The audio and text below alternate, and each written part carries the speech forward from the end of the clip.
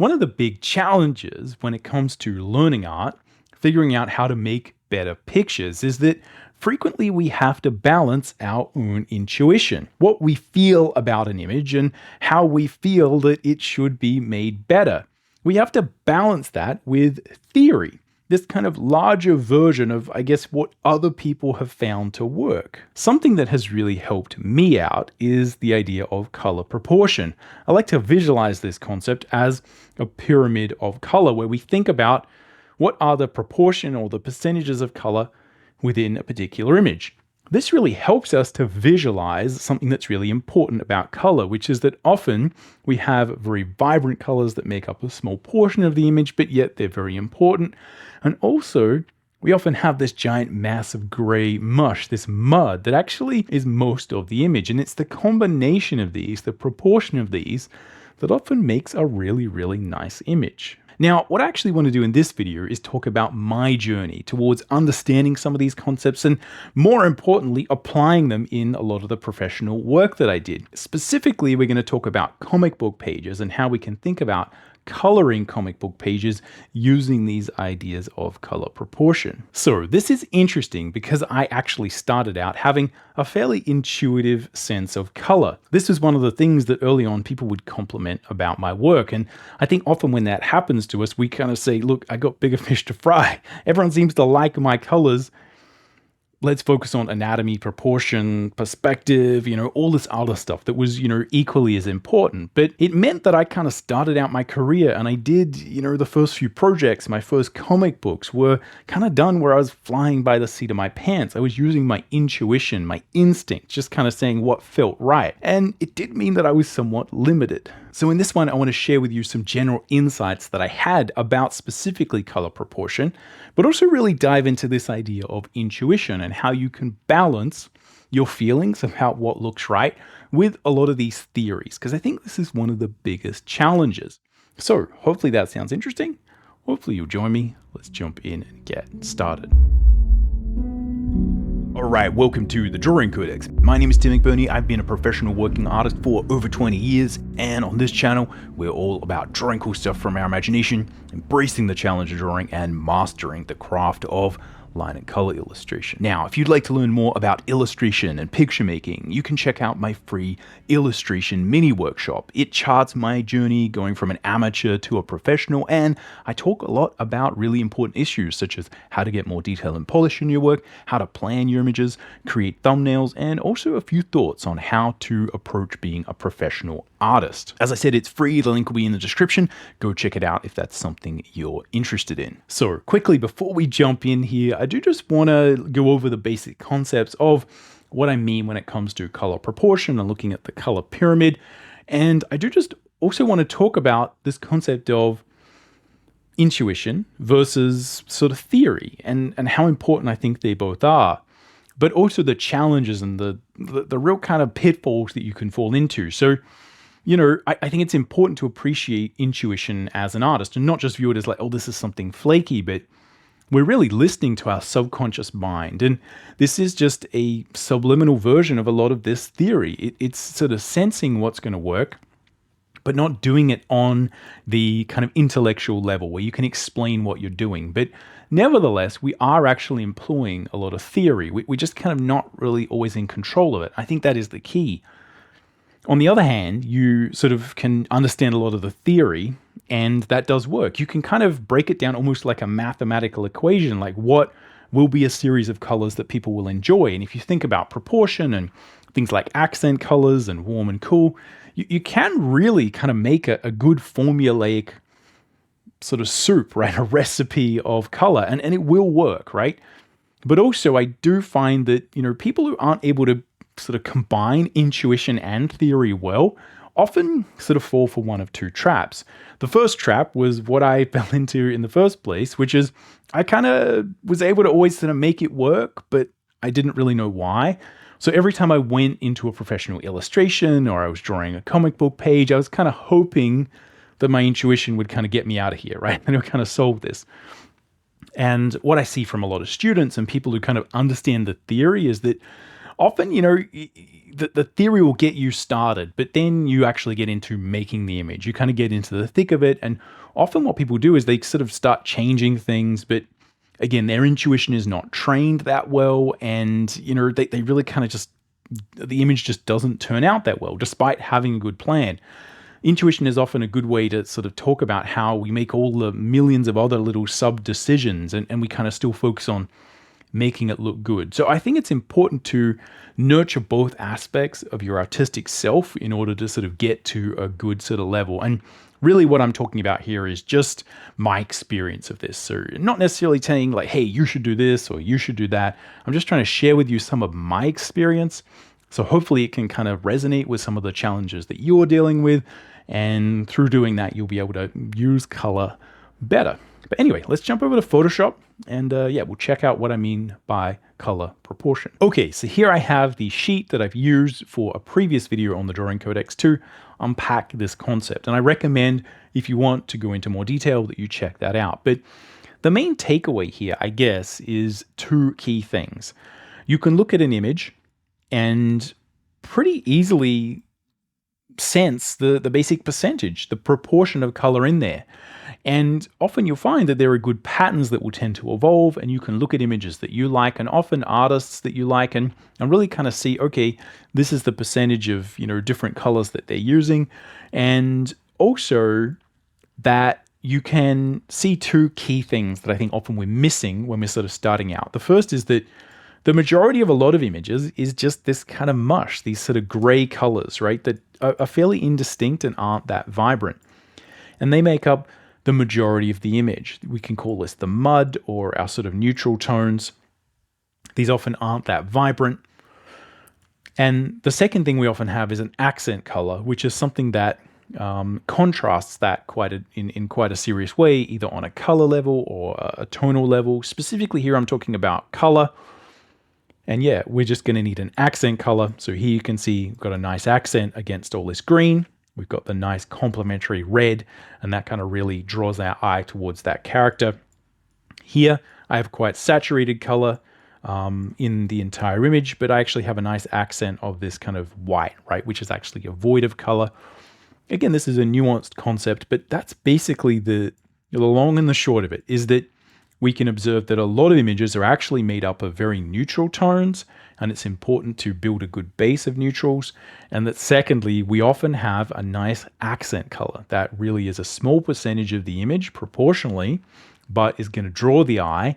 And that kind of, if you don't have that, mostly it's just going to be a sort of a gray mess of nothing, which may be what you want. But again, good images are going to tend to have this kind of excitement to them that's going to draw the eye and entertain the idea. And color proportion, right, visualized as a triangle, is a really simple visual way to understand that. All right, so here I've got some images that are things that I've created over the years from some different comic book projects. And I've got the first book that I ever created, which was called Seven Pirates, which was a French comic. I also have the Pinocchio book that I did, which is another French comic. And here I've got a book that I've been working on over the last few years, which is called Star Atlas Core. And again, a couple of other examples to kind of help out. So the first thing that I really want to sort of dive into here is this idea of intuition versus planning, specifically as it relates to color proportion. I think this goes for a lot of things, but again, my ability here to explain it is much better because this is something I directly was struggling with. So as I said, like in the beginning, I feel like I had a fairly good intuitive sense of color. Now, this is not to say my colors were the best or I really understood things, but when I would kind of figure out a way to kind of make the colors look nice, and people would always tend to say, oh, those colors are good, to the point where people would often give me a lot of, offers to color comic books. And I actually thought for a long time that that's sort of one of the things that I would do professionally. And I think that the important thing here is, like, I obviously knew about color theory. For instance, I knew that red was a good complementary color against green, but I wasn't really thinking about these things like proportion, and I wasn't really planning it out. It was this stuff that would intuitively happen, and I would intuitively just be like, oh, let's make the dragons red because everything else is green, and the more red I made them, the better it looked, and I would just be like, oh, that kind of works out really well. And I would also, often be working with other sort of image plans and things that were very easy images to create, which is like a character against a background. And I just have dark character against a white background, a lighter background. And you can see, even though these are fairly monotone and they don't have a lot of color vibrancy everywhere, they do work with a very sort of similar idea, which is like most of the image is this kind of gray mush. And then, we're mostly working with fairly intense sort of contrast, not actually with color, to create that punch. But, here you can see this character's face is a little bit more saturated. It is, this color is not represented anywhere else.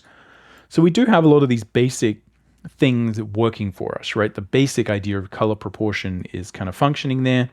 And I feel like I was able to create a lot of illustrations that really worked. So that kind of worked well for some types of images. And I feel like, and I'll unpack this as I unpack some different elements of my sort of journey here in this video, but when it came to, I guess, the amount that I would plan these things versus use my intuition, because this really is the key, is like, how much am I just sort of flying by the seat of my pants versus how much am I actually, sitting there kind of planning it and saying like, oh, this is kind of green and this is sort of red. And what I would tend to find is that the less kind of abstract the image was, right? You can see this is just, there's not a lot that needs to be in these images up here, right? With this guy with these dragons, it's kind of cool. It's interesting, but there's not a lot of story there. There's not other characters need to be there. So I have a lot of freedom to just kind of play with color. When I was working on some of the comic book pages for Seven Pirates, I just wasn't really doing much planning because my thought was like, I'll kind of figure this out. And so I would just be sort of laying colors down and trying to sort of think like, how does this work? And I'd often just sort of run into pages like this where, I didn't have good color proportion in a lot of these pages. I was trying to be intuitive about it, and sometimes it just sort of didn't work. Like, it just sort of felt flat. And I guess that's the danger of just using your intuition a little bit more, is that sometimes it works, but then sometimes I'd run into these pages and I couldn't make it all green, right? There's no grass anywhere. There's no tricks here that I can use, right? And, it really means that because I wasn't planning it, I was sort of suffering there. And this was the case for a lot of these pages, right? And sometimes, again, when the environment itself was a little bit more interesting, and this is another thing we'll unpack, it worked out better because there was naturally more contrast in the general scene and the way it's kind of put together. But then we'd have images like this where you can see, like pages like this, where I put in quite a lot of effort here, but, I just wasn't planning it that well. I just wasn't really thinking about what's the accent color here. I kind of had this red coat. It kind of felt like it would work, but yeah, in the end, it kind of just, I was always struggling with these pages. And it felt, again, the intuitive things that I would normally do just kind of wouldn't work. But then when I had the same kind of setting, but there was just a bit more opportunity to have those accents, like here we got this kind of blood here. It really kind of draws the eye. I've got something more exciting. I've got some general contrast between like the blue sky, the blue/green water. The scene there is giving me a lot more. So, just that sort of intuition was kind of working some ways better than others. Now, if we kind of fast forward to when I was doing Pinocchio a little bit, I guess I was sort of always thinking about how to make the pages more interesting. I'd kind of faced a lot of these challenges when I was doing Seven Pirates, and I kind of knew, like, here are the traps.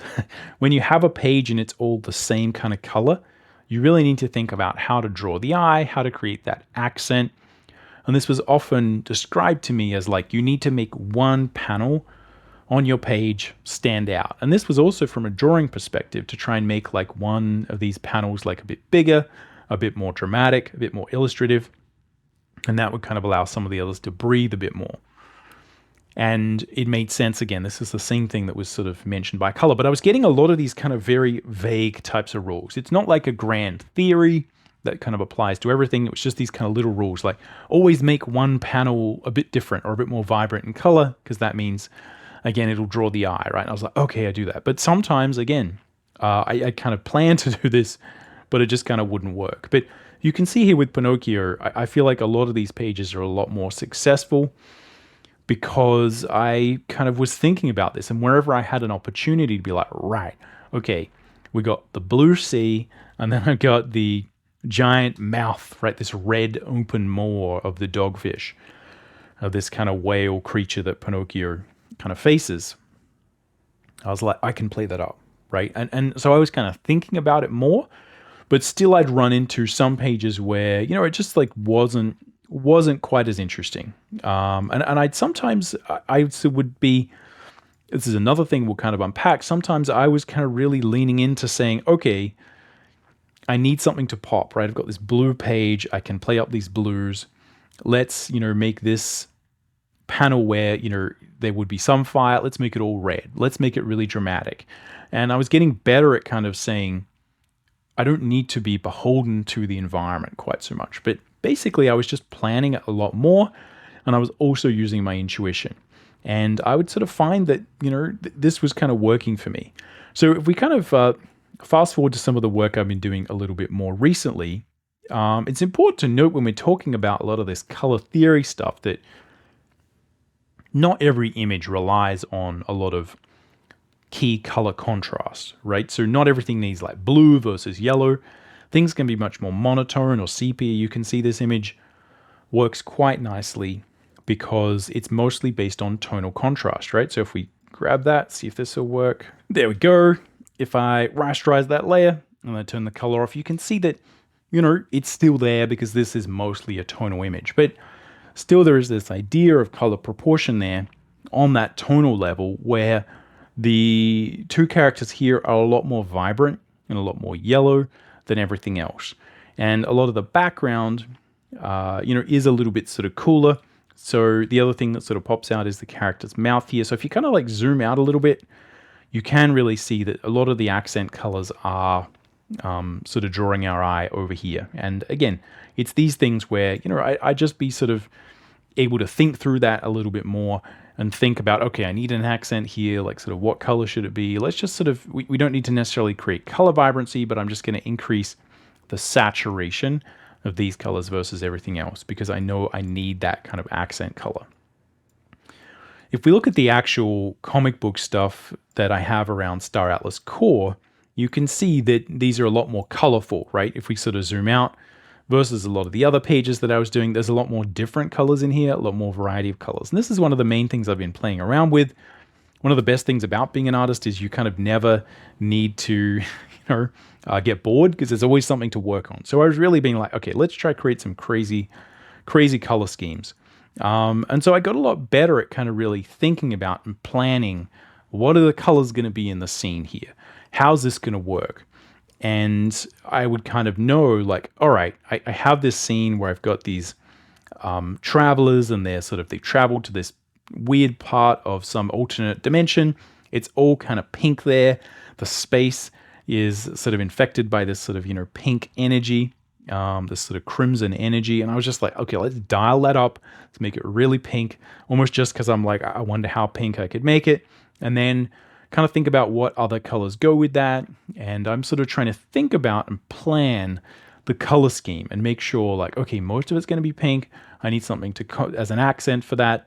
So let's have this small color proportion of, sort of blues yeah, I find that in general that kind of worked. And I'd try and think about these color schemes overall and think about the symbology of it and the logic behind it, how that kind of relates to the story. So the story and parts of the story would change color and that would have an emotional impact on the story. So again, here you can see we've got a cover, like very simple cover. The style I'm using for this project is very, very simple. But through just leveraging simple color proportion, I was able to really sort of make something that I feel like, given the time I normally take for these, has a fair amount of sort of impact. Just thinking about color contrast and also the color proportion to give us that impact. And here I think is another sort of good example. I was using a little bit more intuition with this one. But again, it comes back to saying, okay, just noticing, because I don't have any accent colors in here, I didn't have this pink in here initially.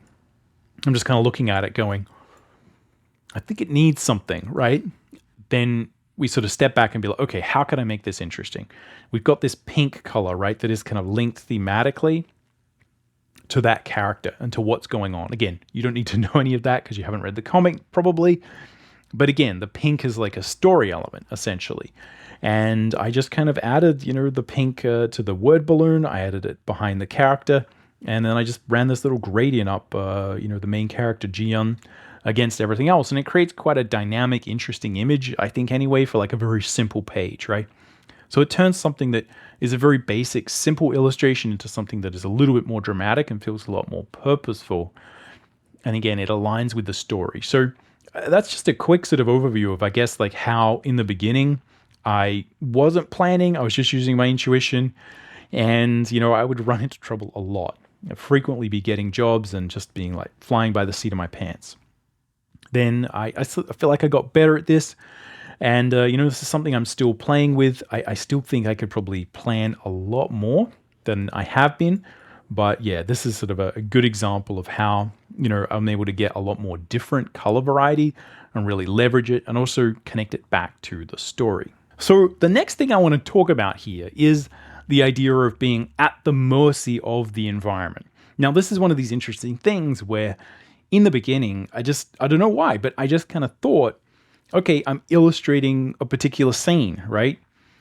I need to, whatever the colors are in that scene, like I have to just follow that. And I would feel like if this was inherently a boring scene, that my art kind of had to look boring. So I think in the beginning, when I was being more intuitive and I had these types of images where I could kind of do whatever I wanted, I kind of felt as if I had liberty to just be like, let's make the background really green and let's make these little sort of dragon wyvern things really red. And, then everything kind of works. It's interesting. But then I would have what I kind of call the powdered wig scenes from Seven Pirates, which is where, you imagine pirates is going to be all swashbuckling, and then you actually get to draw the book, and it's like a lot of it is people with wigs on talking to each other in a room. And I kind of imagine this is all boring and brown. And so part of it is like, well, story-wise, we should make it boring and brown because that is kind of what it's meant to be. Like, we want the other scenes to be more exciting. But often I would find that, yeah, I'd be really kind of stuck, because I'd just be thinking, this is kind of what I have to draw. Like I can't do anything else. How do you make this interesting? You can't, this is just boring. And I kind of want to say, well, let's make the scene more interesting because then the book is more interesting.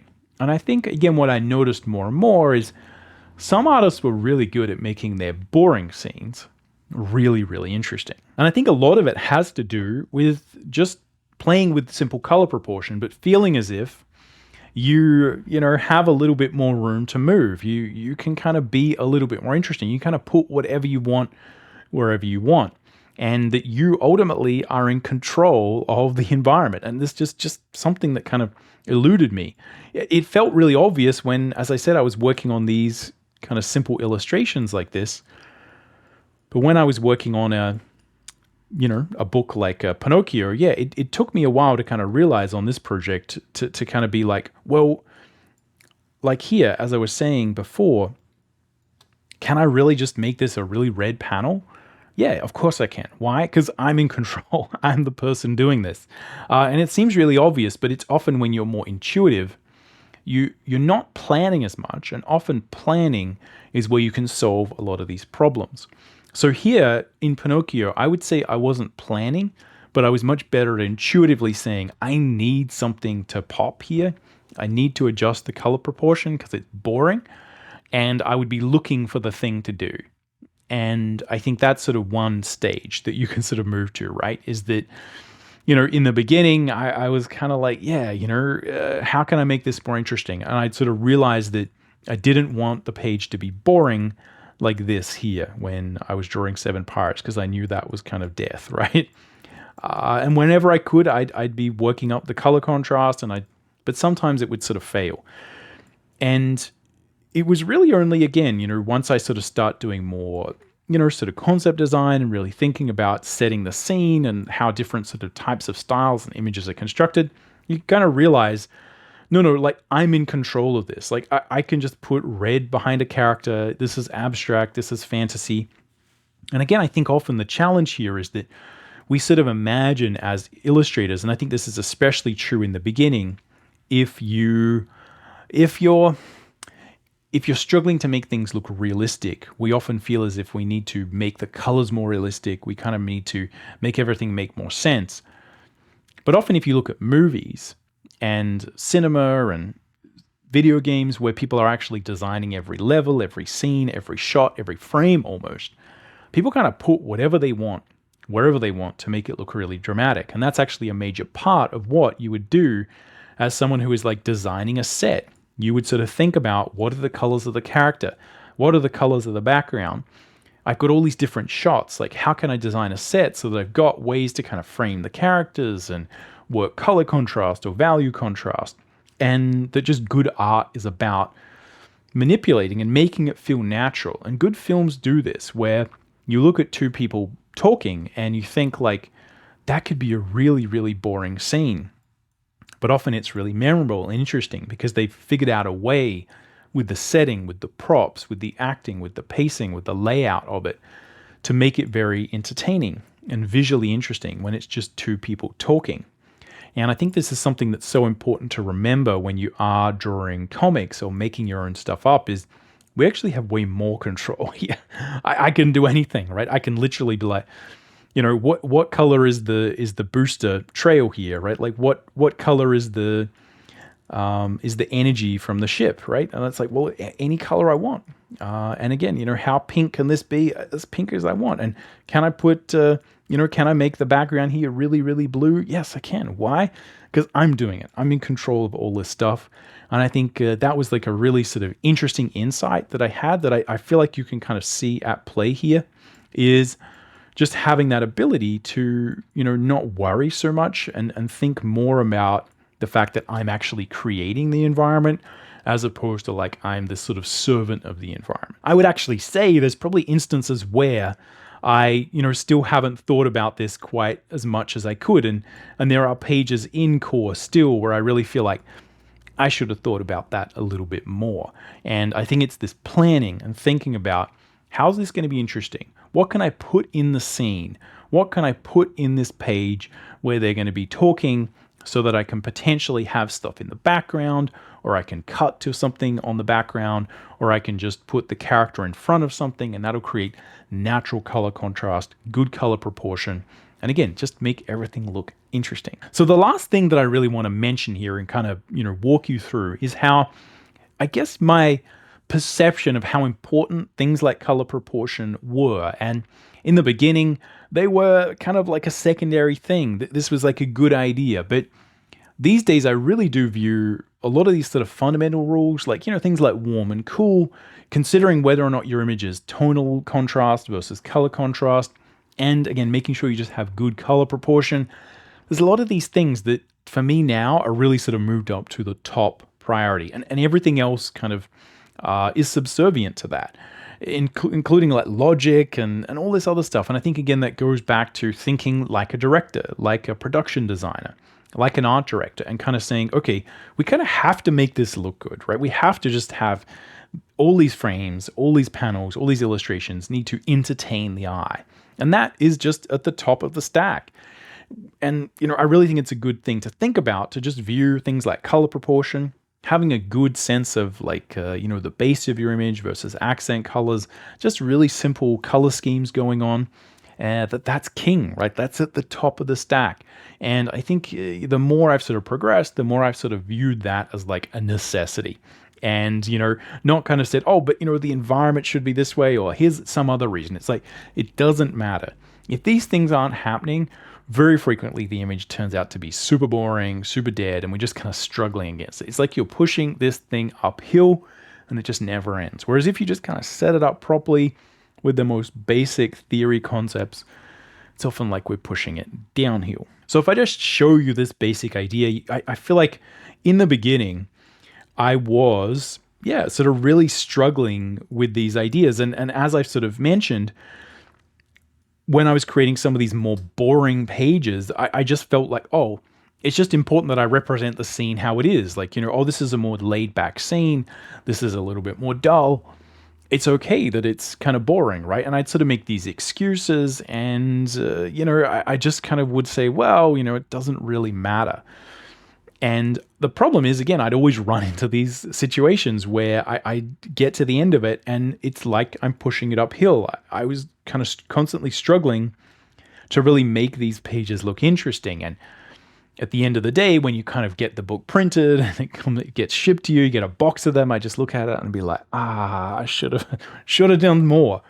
And so I think, again, it's just going through that process and seeing that happen enough times to the point where, again, I really tried when I was doing Pinocchio to just constantly say, this must have some of that color interest, right? I must have one of these panels pop. And every single time I try and do it, but still, what would happen is sometimes I just run into some situation where I couldn't quite figure out how to do it. And I think, again, understanding that I was in control of that. So let me grab a page here that actually illustrates that.